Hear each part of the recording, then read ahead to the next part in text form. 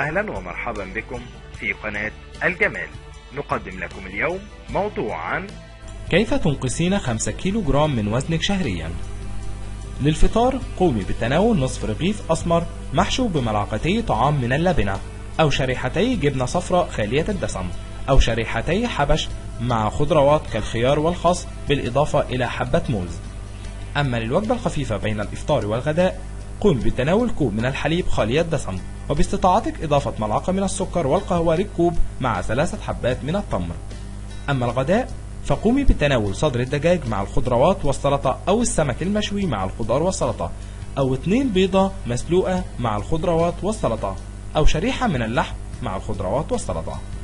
وجبة خفيفة بين الغداء والعشاء وهي كوب من اللبن أو الحليب خالي الدسم، وباستطاعتك أيضا إضافة ملعقة من السكر والقهوة للكوب مع حبة واحدة من الفاكهة. أما العشاء تناولي بيضة مسلوقة مع خضروات، أو علبة تونة بالماء مع خضروات أيضا، أو سلطة خضراء بالجبنة الخالية الدسم، أو خيار باللبن.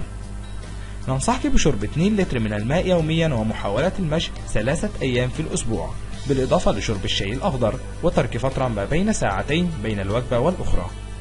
يمكنك الاشتراك معنا من خلال زر سبسكرايب الموجود أسفل الفيديو، أو زر اشتراك إذا كانت القوائم عندك بالعربية.